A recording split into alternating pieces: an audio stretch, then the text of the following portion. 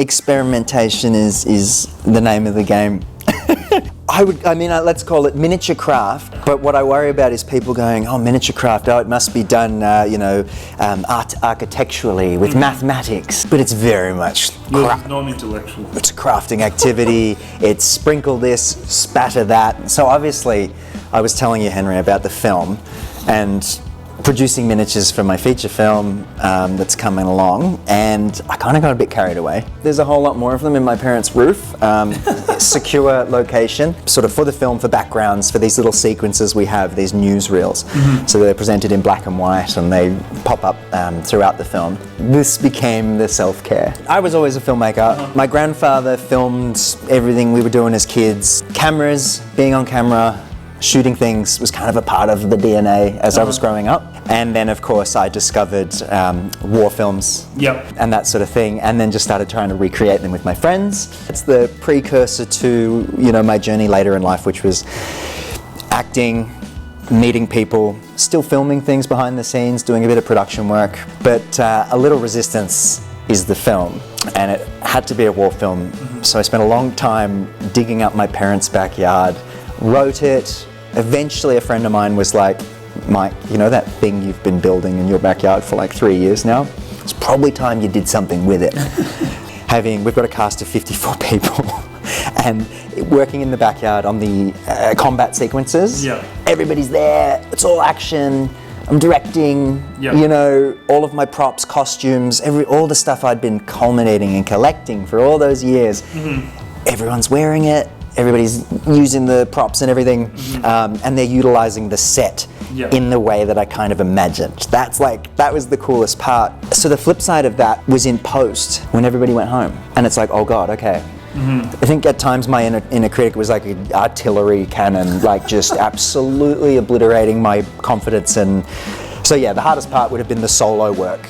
The stuff I do is trying to be cost effective. $2 shops, rubbish, as much as that sounds weird. They're like styrofoam from old electronics and things like that built. And these are just biodegradable cake. They're cakes, flat cake or cupcake thingies. I'll give you some too.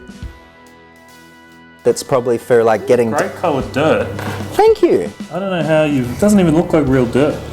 It is. Do you ever sell this dirt, Mike?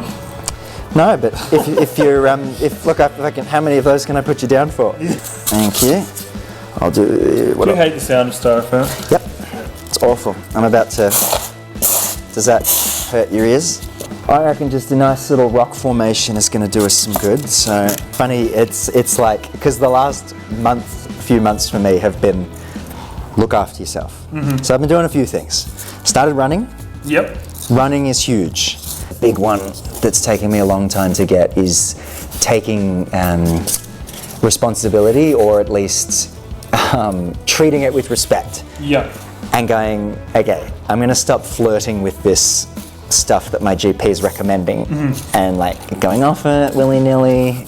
You start to realize that it can really affect you, maybe not in the moment, but a couple of weeks down the line. Have you always had a good relationship with medication? No, I had a lot of stigma about it originally because I was an actor, and there is that brilliant bloody self-fulfilling prophecy of you're an actor, you have to feel. You've got to be able to portray the part in the most... Tortured artist. The tortured artist. And so I totally chewed on that apple for a while, and turns out it's poison. But I think also talking about it is really good. I've had someone say to me, like ask me privately, they were starting to take something, and they asked me privately, they were like, Mike, I know you talk about stuff like this. I don't talk about it. So there was still that stigma there, which I was a bit disheartened by. But of course, everybody's journey is their own. That is a good looking rock. And when you're not doing the things that you need to be doing to look after yourself, you are way more susceptible to those thought patterns, I think. I forgot the question. No, that's all good. It was all good. It was what are you telling yourself at the moment? It was the original. question. I am trying to tell myself that this will get better. And the bad days are the complete opposite of that. The scary thoughts. It's like that scene in Star Wars where the trash compactor's closing in. Yeah. And you see C-3PO and R2-D2 are trying to make it work, and they're screaming, and then, anyway, it's like that.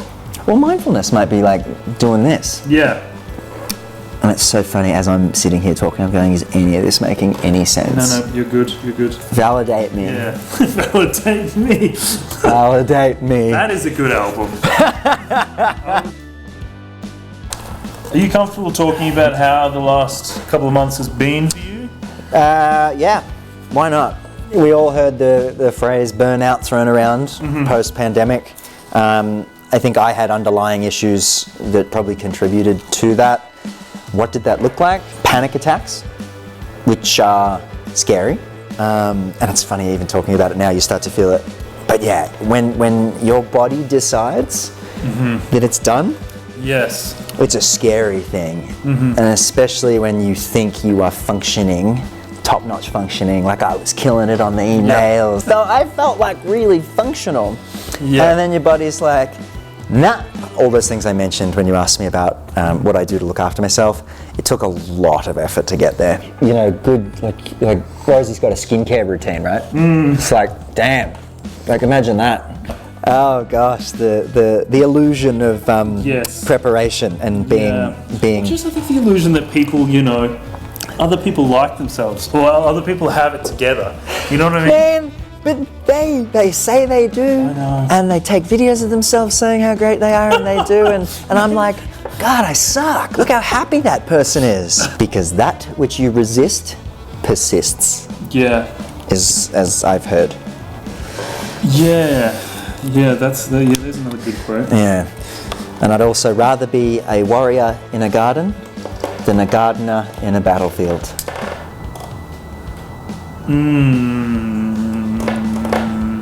Don't get that one as much.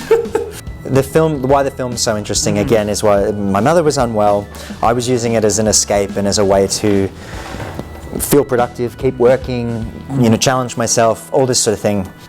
This kind of thing, this project, this war movie has been with me, and different iterations of it. It started out as a Vietnam War film when I was 15 and went all the way to what it is today, which is a fictional conflict. And when I did the credit sequence at the end and edited that, and then had the thing that comes up at the end, it's sort of, the year and the name and whatever. I did have a moment of, wow.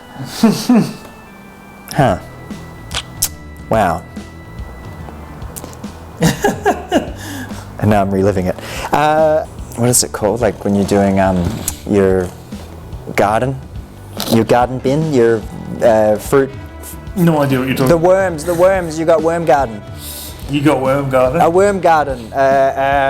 Oh, you know what I'm talking about. Yeah, you'll get there, come on. Compost. Yeah. Look, if you can, because it comes on a little wire, and if you can just go.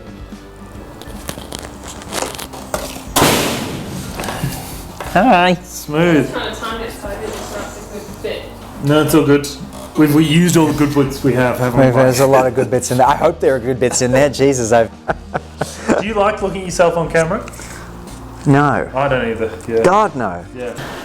I thought about getting one of the circular cake plates, because you could do, change it up, do some sort of citadel. Lazy Susan. Mate, Lazy Susan. Oh, Lazy just move Susan. Things around. That I like.